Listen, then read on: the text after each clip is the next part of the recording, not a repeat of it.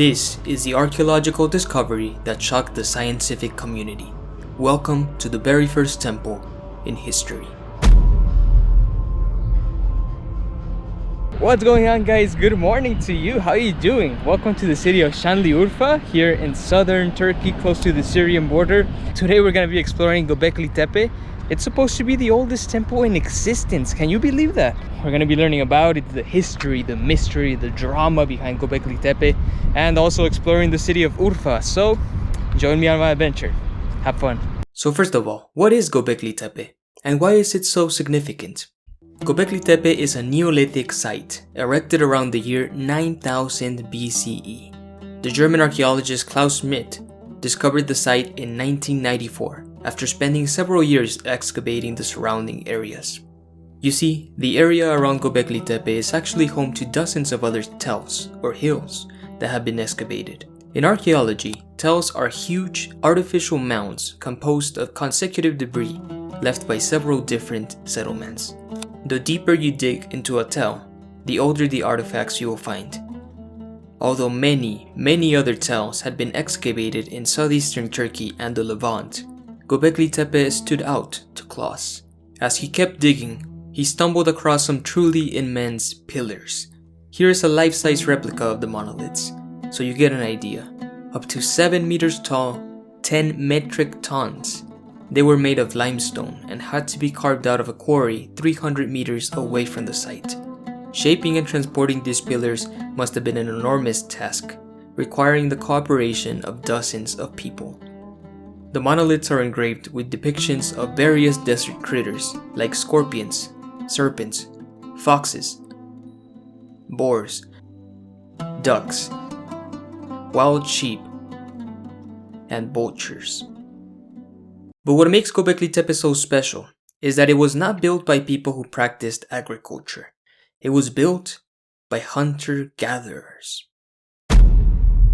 Making complex monuments like Gobekli Tepe takes incredible amounts of effort and coordination from a large community. That's why ancient agricultural communities were able to pull off incredible feats of monument building, like the ziggurats of Babylon and the pyramids of Giza, because the adoption of agriculture led to a surplus of food, which led to an explosion in populations, which led to complex civilizations that could organize such mega projects. Hunter-gatherer communities were much smaller, and they did not have a surplus of food available to them, so the entire community had to devote most of their time to hunting animals and gathering wild plants. With hunter-gatherer societies, building complex structures was simply not a priority, nor was it even possible, or so we thought. Because the thing is, there is no evidence of early agriculture found anywhere near Gobekli Tepe. Although the area was home to several species of wild grains like einkorn, wheat, and barley, these crops would be domesticated much later than the construction of the site. This discovery completely baffled archaeologists back in the 1990s, showing that the adoption of agriculture was not a prerequisite to the building of complex monuments, as we previously thought. Well, the site of Gobekli Tepe really did send shockwaves through the whole world of early prehistory, because we'd never before known or imagined even that simple hunter-gatherers could produce such spectacular monumental structures. This brings up some fascinating questions. Did the adoption of agriculture lead to complex social structures? Or was it the other way around? Did the formation of complex social structures lead to the adoption of agriculture? Now let's return to the age of the site. Gobekli Tepe is extremely old. I cannot stress this enough. Carbon dating places the site at around 9000 BCE. Do you know Stonehenge, the most famous monolith site in England? Well, Gobekli Tepe is at least 5,000 years older than Stonehenge.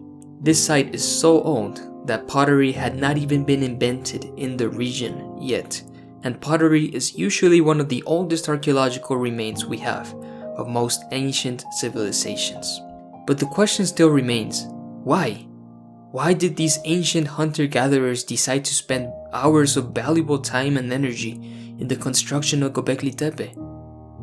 Klaus Schmidt believed the site served as a temple of sorts, a site of pilgrimage frequented by the communities around the hill.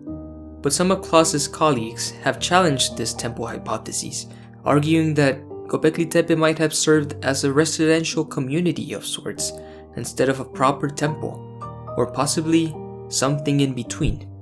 The truth is, no one knows for certain why Gobekli Tepe was built. But what we do know is that this site was incredibly important to these ancient communities, and that it represents a very unique moment in our history as a species.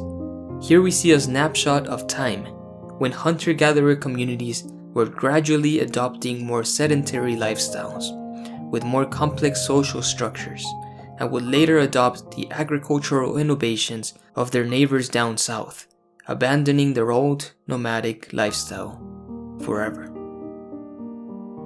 Gobekli Tepe eventually declined in importance as communities embraced agriculture and started covering the beautiful monoliths with dirt and rubbish. It would remain completely hidden, a lonely hill baked under the sun, only to be discovered 11,500 years later by an unsuspecting German. The name Gobekli Tepe means pot-belly hill, since the site was built on a high hill overlooking the beautiful valley. Just keep in mind that 10,000 years ago this valley would have been way greener before all the harsh agriculture was done to it, but still quite beautiful. Now to us this might just seem like a big pile of rocks, but to the people that built it, this probably meant the world to the communities and the whole tribes that came here to worship, to congregate. Because at the end of the day, guys, we really have no way to be sure what the purpose of this thing, of this temple, of this complex was really.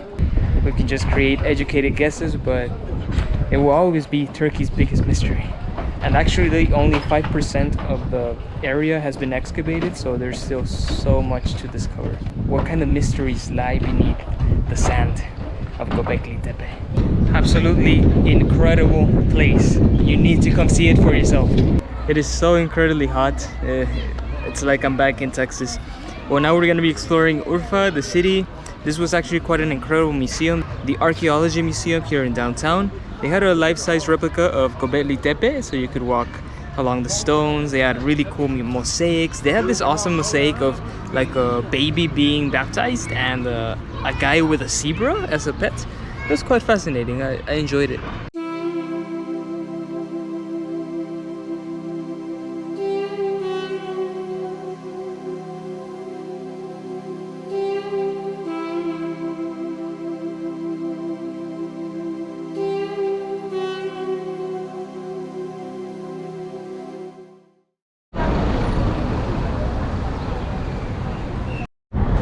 I took a quick nap, but then I woke up way too late and now the sun has set, but I think there's still a bit of light to see the main attraction of Urfa.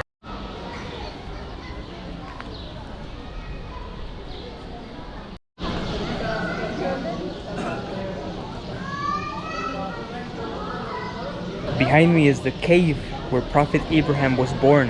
According to tradition, he was hid here by his mother because someone was trying to kill Abraham, so he was raised here for 15 years. Quite a fascinating story.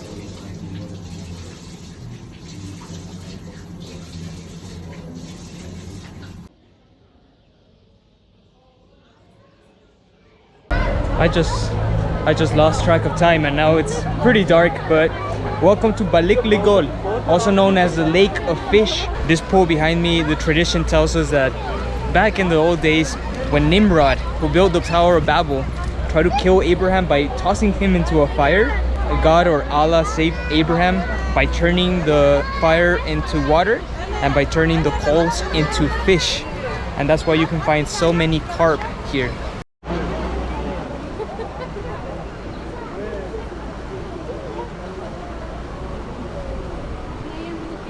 But as you can probably imagine, this is a holy site, so you cannot be fishing here. You gotta feed the fish instead, and it will bring you good luck if you give some food to the fish. But now the lake is completely packed with them, so they just keep multiplying and multiplying. I guess they got Allah's blessing on this.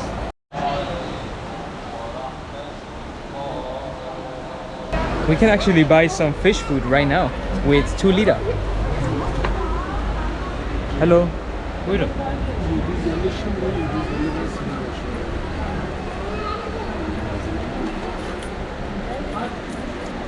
Teşekkür ederim. A blessing for 2 liras. What a bargain. Legend also has it that if you spot a white carp, there's only one in the whole lake. If you spot it, you have extra blessings, but I haven't seen it. So we'll have to do with the black ones.